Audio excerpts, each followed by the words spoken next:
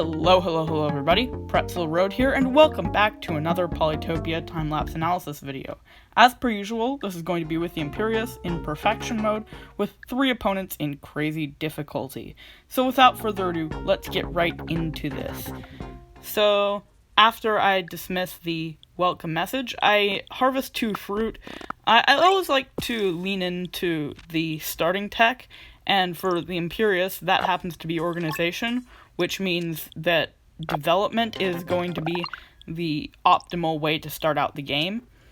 Now, I do a little bit of exploring the map, and I occupy a few villages so that they don't get taken by anyone else.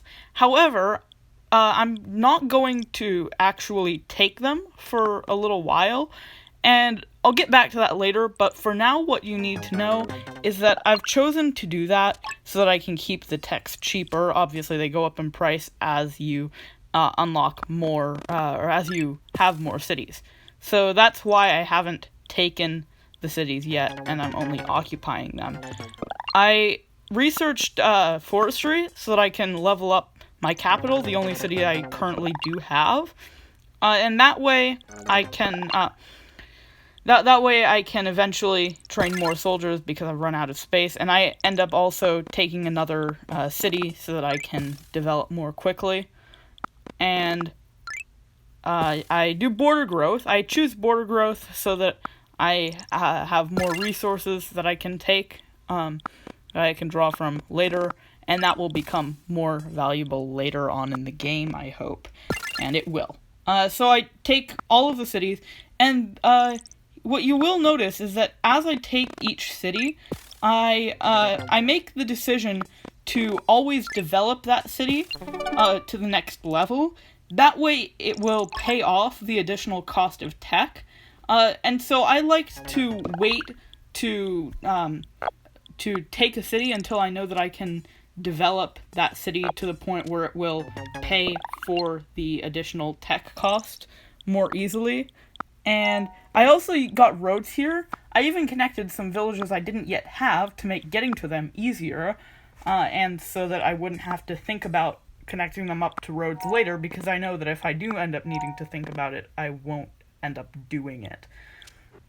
So, as you can see, I've now occupied the next village. I will build a gold mine on one mountain, and I consider doing it on a mountain in the second village. However, I realize that I already have 1 population, so I just decide to do fishing because it's a more efficient way to go up to the next level, which is the most important thing at the moment. And I'll get to the mine then this turn, because it just I do need to get that eventually anyways. It's just a matter of making sure that I choose the optimal one for the time. Now, I consider here my choice between chivalry and mathematics. I eventually decide on chivalry, but then it doesn't really matter because I research mathematics the next turn. I just wanted to get those because those are the most powerful techs really for ranged fighting, either with the ability to actually have a ranged weapon, or with the ability to just go far enough, have a higher movement range, that it just makes as much sense.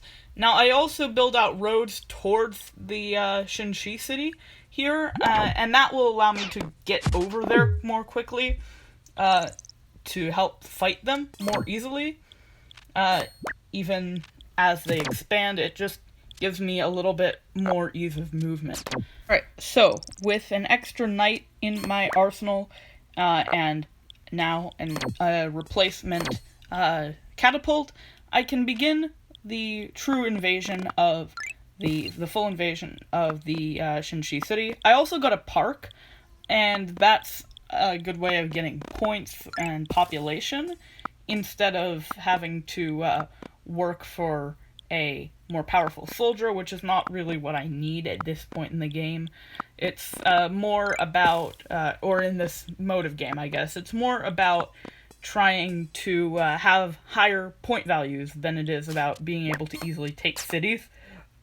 And for me, I'm trying to develop cities mostly, as opposed to trying to, say, get more cities. And that's just because I know that I won't have a lot of time to take cities, which is something that I tend to need when I'm playing as the Imperius.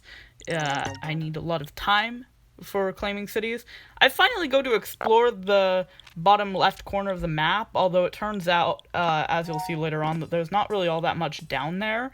There does end up being ruins, but I take it on the last turn, so I'm not actually able to see what's inside of it.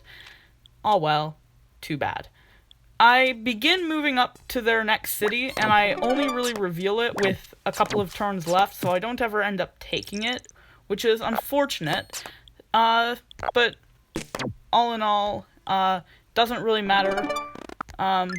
I do my own development to try to get as close as possible to where the Xin-xi are. I don't actually ever surpass them. I always remain in second place for the last section of the game.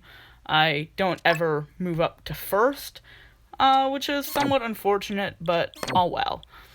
I have far less power up at the top, although I do have more powerful units. I have fewer, though, so I'm not able to really get rid of quite as many of their units, which is unfortunate.